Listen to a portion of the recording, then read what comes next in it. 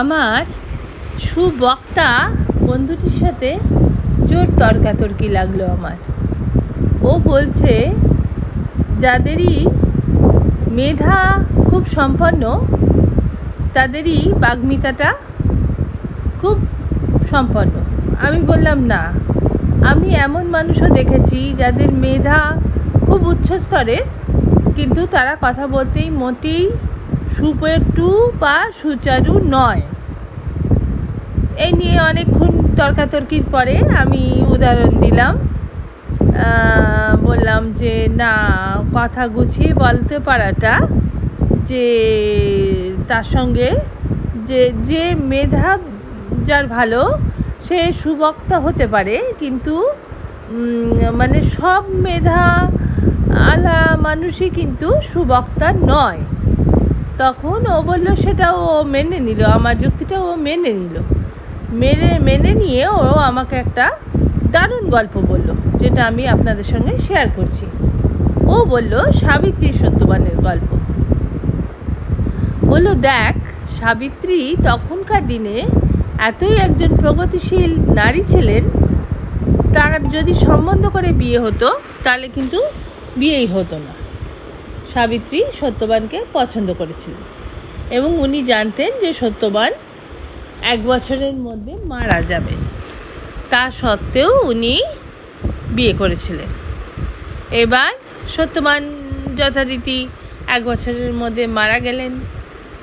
তখন যমের কাছে গিয়ে সাবিত্রী সত্যবানকে ফেরত চাইলেন। যম বলল, তাই আবার হয় নাকি? মৃত মানুষকে কখনো ফেরত দেওয়া যায়? হবে না, আপনি যান। তখন সাবিত্রী বললেন যে না, আমার স্বামী যেখানে থাকবে সেখানেই আমি থাকব, তো তাতে যদি আমার মারা যেতেই হয় তো আমিও মারা যাব। তখন যমরাজ বললেন, না, কালের থেকে তো সেই নির্দেশ আসেনি এখনও যে আপনাকে নিয়ে যেতে হবে, বা মৃত্যুর কাছ থেকে সেই আদেশটা আমার কাছে নেই, মানে সেই পরোয়ানাটা আমার কাছে নেই। তখন সে সাবিত্রী তো নাছর বান্দা। তখন যমরাজ বলল যে আপনি অন্য কোনো বর চান। এইবার সাবিত্রী কথার মাধ্যমে বলছে আমি এখানটাই ওনার সঙ্গে থাকবো, এই বলছে। তখন যমরাজ বলছে তথাস্তু। এইবার বলছে যে উনি যতক্ষণ থাকবেন ততক্ষণ আমি ওনাকে সাজাবো। তখন বলছে তথাস্তু। এই করতে করতে অনেকগুলো উনি কথা যমরাজকে বলে দিয়েছে। তখন যমরাজ তাতে রাজি হয়ে বললেন তথাস্তু। এই করতে করতে যমরাজ একটু ক্লান্তও হলেন বটে। তখন সাবিত্রী দেখলেন এই সুযোগ। উনি বললেন,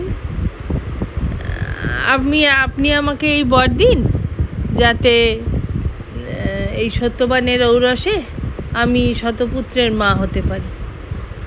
যমরাজ একটু ক্লান্ত ছিলেন, বুঝতেও পারেননি। তখন বললেন তথাস্তু।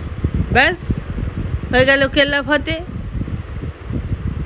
আর বর একবার দিয়ে দিলে সে তো ফেরানো যায় না, যার জন্যে সত্যবানকে আবার সাবিত্রীর কাছে ফেরত দিতেই লাগলো।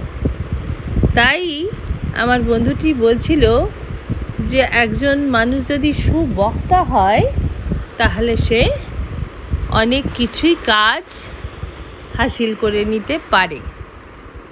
তখন আমি বললাম যে দেখ, তুই সুবক্তা, তাই জন্য এত নাম করেছিস, তো সুবক্তা হতে গেলে আর একটা জিনিসও লাগে, তাকে বিভিন্ন জিনিসের ওপরে পড়াশুনো করতে লাগে। যেমন এই সাবিত্রীর গল্পটা ও বলল, এরকম ও বিভিন্ন রকম গল্প বলতে থাকে, মানে মাইথোলজিটা ওর গুলে খাওয়া, সমাজবিজ্ঞানটা ওর গুলে খাওয়া। তো সত্যি আমি পরাজয় স্বীকার করলাম। আমি বললাম, সত্যি মেধার সাথে বাগ্মিতার নিশ্চয়ই রিলেশন আছে তার জ্বলন্ত উদাহরণ হচ্ছিস তুই। নমস্কার।